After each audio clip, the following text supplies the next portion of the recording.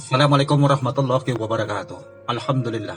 Salam dan selawat kepada Nabi besar kita Muhammad sallallahu alaihi wasallam. Bismillahirrahmanirrahim.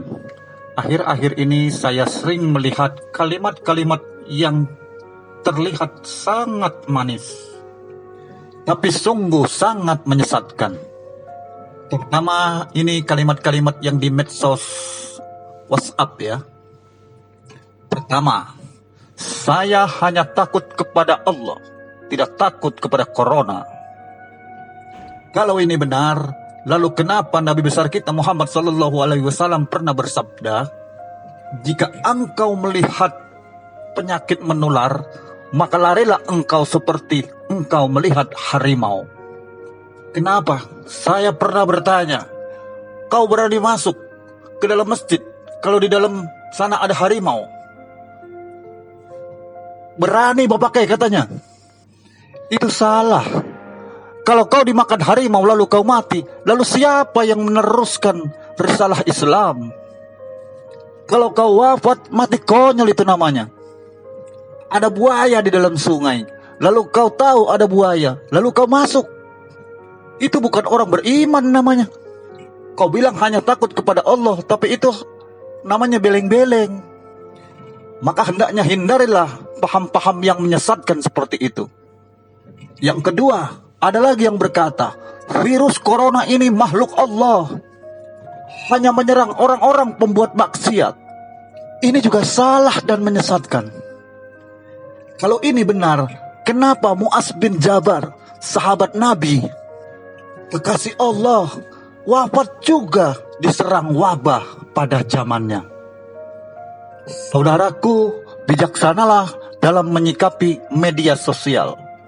Jangan salah menggunakan media sosial, terutama terhadap menghadapi virus corona ini.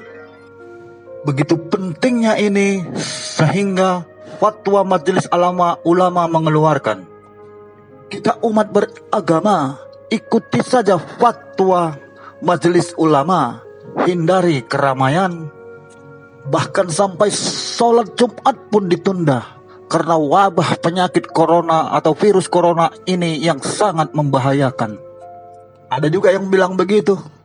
Wah, kita tidak mengikuti majelis ulama, tapi kita mengikuti Quran dan Sunnah. Lalu siapa yang tidak mengikuti Quran dan Sunnah? Apa Anda merasa para ulama ini tidak mengikuti Quran dan Sunnah? Siapa lagi yang mengkaji Al-Quran dan Sunnah selain ulama? Mereka belajar bukan melalui medsos.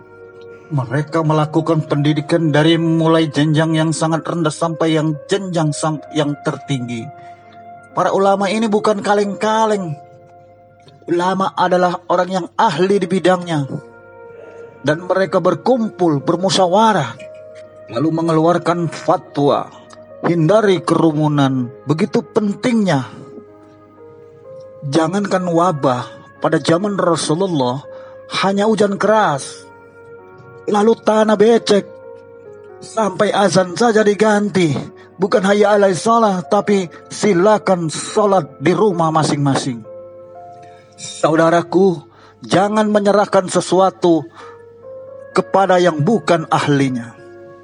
Pemerintah juga, saya sebagai rakyat Indonesia, pemerintah juga sudah mengingatkan, hindari kerumunan, kerjakanlah pekerjaan di kantor untuk di rumah.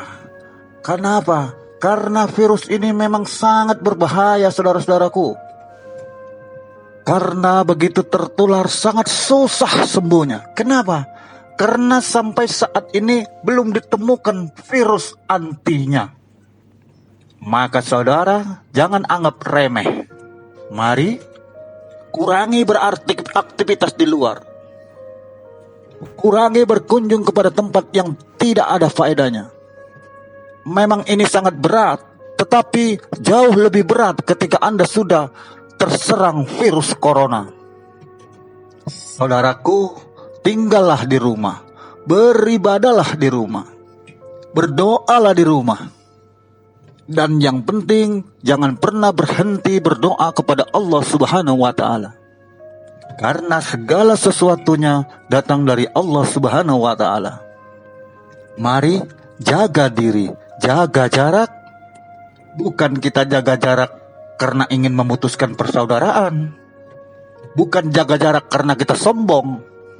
Tapi jaga jarak, saya jaga jarak karena saya ingin melindungi Anda agar tidak tertular dari virus ini. Mari saling menjaga dengan mengurangi aktivitas di luar dan lebih banyak aktivitas di rumah. Semoga bermanfaat. Saya Bapak Ke dari Pemalang, Jawa Tengah.